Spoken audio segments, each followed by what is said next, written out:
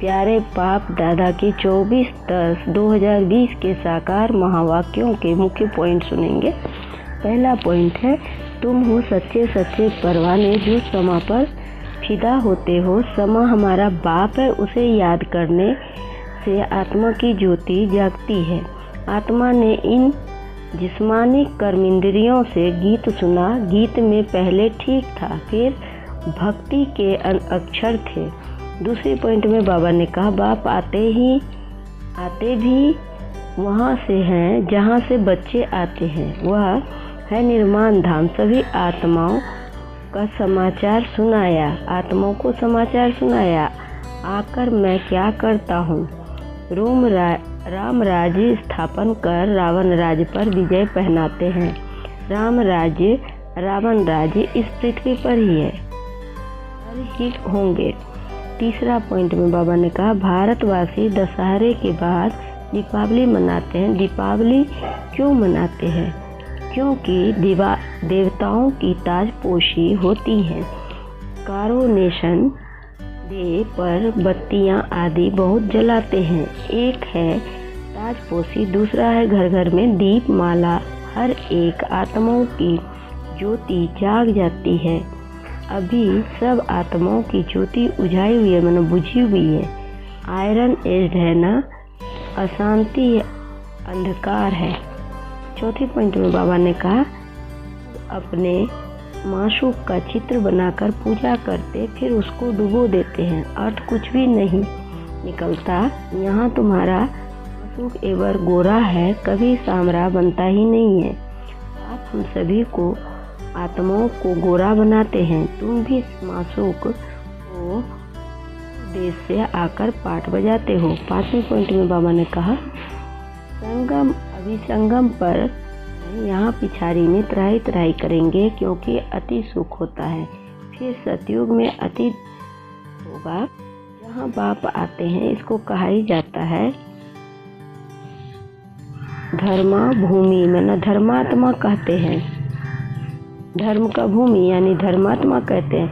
उतना और कहाँ है नहीं। तुम नहीं कितना दान पुण्य करते हो, न तन मन धन सेवा में लगाते हो। बाप ही सबको आकर लिबरेट करते हैं, दुखों से छुड़ाते हैं।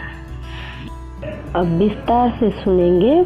बाबा ने कहा, मीठे बच्चे तुम हो सच्चे सच्चे परवाने जो अभी समा पर फिदा होते हो। इस फिदा होने का ही यादगार है दीपावली।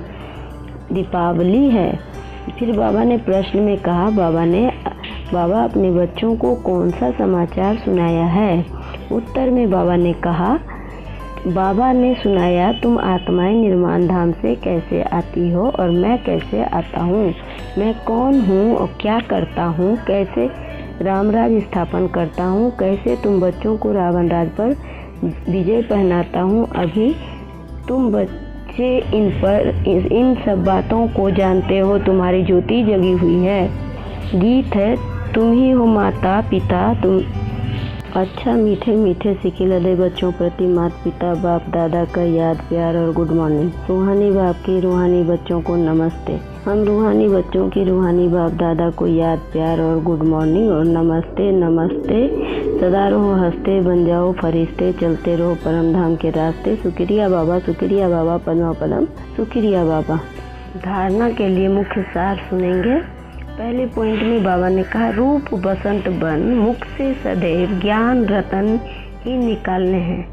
रूप बसंत मन योगी तू आत्मा, बसंत मन ज्ञानी तू आत्मा।